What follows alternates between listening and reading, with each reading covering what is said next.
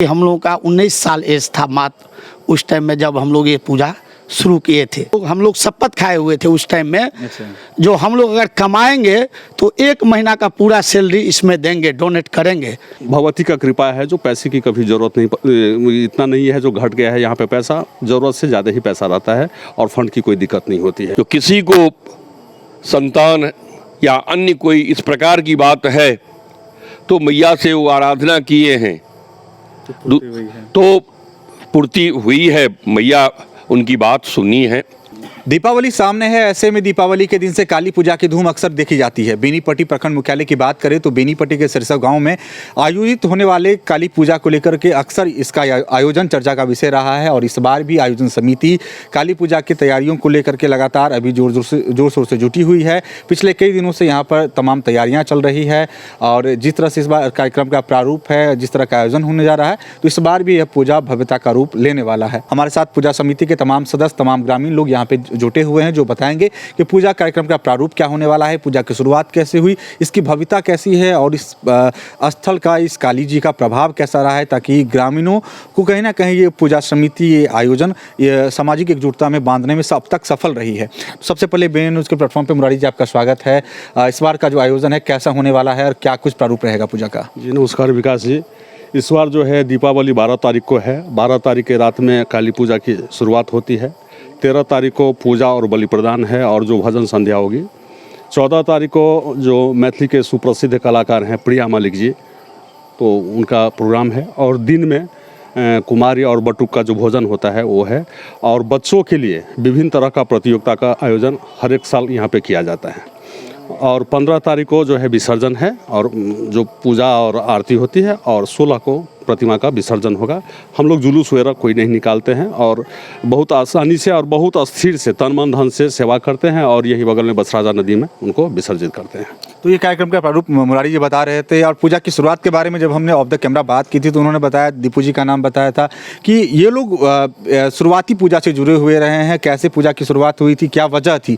क्योंकि जो भी पूजा का आयोजन होता है किसी भी गाँव में तो उसके पीछे कुछ ना कुछ कहानियाँ होती है, कुछ ना कुछ वजहें होती हैं। दीपू जी, सबसे पहले BN के प्लेटफॉर्म पर आपका स्वागत है। आपसे ये जानना चाहेंगे, दर्शक भी ये जानने के लिए उत्सुक होंगे कि इतना लंबा समय से पूजा चल रहा है, इतना भव्य रूप ले चुका है पूजा का आयोजन, इसकी शुरुआत कैसे हुई थी, नींव कैसे आप लोगों ने रखी थी? धन्यवाद विकास जी। ये 1995 ईस्वी की बात है। हम लोग जब यंग ब्लड थे, ग्रेजुएशन फर्स्ट पार्ट में पढ़ते थे, तो हम लोग अगल बगल के गांव में दुर्गा पूजा होता था, कहीं कृष्णाष्टमी होता था। हमारे गांव में कुछ ऐसा बड़ा कार्यक्रम नहीं हुआ, तो हम लोग सोचे जो कुछ ऐसा किया जाए जो मैया का यहाँ असीम कृपा हो। और बगल में उचेठ मैया हम लोग जाते थे, तो हम सोचे जो यहाँ काली पूजा शॉर्ट में होगा, 4 रोज़ का मात पूजा होता है।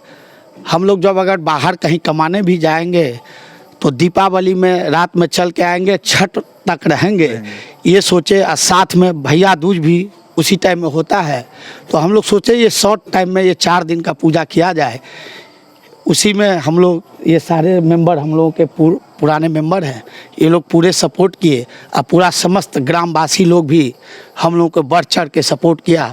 जबकि हम लोगों का 19 साल एज था मात्र उस टाइम में जब हम लोग ये पूजा शुरू किए थे। तो ये जो जगह रही होगी शुरुआत में, तो क्या पहले भी यहाँ पे कुछ पूजा वगैरह चल रहा था क्या? ये गांव का दीवार स्थान है, ये बगल में सामने। यहाँ डेली फूल अक्षत ब्रह्म बाबा को लोग चढ़ाने आते ही थे, तो हम लोग सोचे जो काली मैया भी यहाँ रहेगी तो डेली इनका पूजा अपने आप होता रहेगा, हर एक साल होता रहेगा। तो जैसा कि हम लोग को जानकारी है कि जैसा आप ही ने बताया कि आप लोगों ने शुरुआत की थी माइनर एज में, और अब ऐसा हो गया है कि समिति का प्रभाव या समिति का एक तरह से कहें कि मजबूती काली जी के प्रभाव से कि समिति ने अपना ज़मीन भी खरीदा, उसको एक तरह से बढ़ाया भी है, मंडप भी, मंदिर भी बना है, मंच स्थल भी बना है। तो ये सब कहीं ना कहीं लगातार विकास के काम भी हो रहे हैं। हाँ, पूरा विकास हो रहा है यहाँ पे। हम लोग विकास बहुत सारा किए हैं। खास के यहाँ ट्रस्ट के नाम से हम लोग ज़मीन भी ले लिए हैं। 9 कट्ठा ज़मीन हम लोग अपना ट्रस्ट खुद खरीदा है। यहाँ के जो मेंबर हैं ना, सो बहुत अच्छे मेंबर लोग हैं। ये लगभग पूरे इनकम के पूरे ईयर के इनकम के 1 मंथ का हम लोग शपथ खाए हुए थे उस टाइम में। जो हम लोग अगर कमाएंगे तो 1 महीना का पूरा सैलरी इसमें देंगे, डोनेट करेंगे। मुरारी जी, आपसे एक और सवाल का जवाब लेना चाहेंगे। जब शुरुआत में पूजा की शुरुआत हुई होगी तो कुछ वर्षों में बजट कम रहा होगा, लेकिन अब जो जानकारी निकल के सामने आती है कि हर वर्ष लाखों का खर्च होता है। इस बार का क्या बजट है? देखिए विकास जी, जिस समय में पूजा शुरू हुई थी उस टाइम में अगर 50,000 था तो उसका भी वैल्यू उतना ही था जितना आज 5 लाख की है। तो बजट के हिसाब से हमेशा सहयोग मिला है ग्रामीण से या जो मेंबर लोग हैं। और बजट अभी के समय के हिसाब से जो खर्चा है तो हमेशा पूजा में 10 लाख 11 लाख का बजट हमेशा रहता है। और हम लोग जो पूजा करते हैं गांव में, एक बहुत छोटा सा हमारा जो पुवारी साइड बोलते हैं, पुवारी टोला बोलते हैं, वहीं का मेंबर है, वहीं के गार्जियन हैं जो मैक्सिमम सहयोग करते हैं। ग्रामीण का भी सपोर्ट रहता है और हमारे जो मेंबर है खास करके, तो ऐसा है जो भगवती का कृपा है, जो पैसे की कभी ज़रूरत नहीं, इतना नहीं है जो घट गया है। यहाँ पे पैसा ज़रूरत से ज़्यादा ही पैसा रहता है और फंड की कोई दिक्कत नहीं होती है। ये भगवती का कृपा है जो हर साल कोई ना कोई ऐसा मेंबर तैयार हो जाता है जो ज़रूरत के हिसाब से ज़्यादा ही ये देता है चंदा, जो बोलते हैं हम लोग। काली पूजा का स्थल आस्था का केंद्र बन चुका है। सामाजिक एकता ग्रामीण, इस गांव के ही नहीं बल्कि अगल बगल के ग्रामीण भी यहाँ पे पूजा करने के लिए आते हैं काली पूजा के दौरान। ये सब कैसे संभव हुआ है और ये काली स्थल कहा जा सकता है कि सामाजिक एकता का परिचय दे रही है? सबसे पहले श्यामा माई की जय, काली माई की। तो हम लोग शुरू से ही ब्रह्म बाबा जो गांव डिहवार है यहाँ, और इस स्थान पर कहीं न कहीं शांति और सुकून, ये दोनों चीज़ जो है उसका अनुभव किया हमने।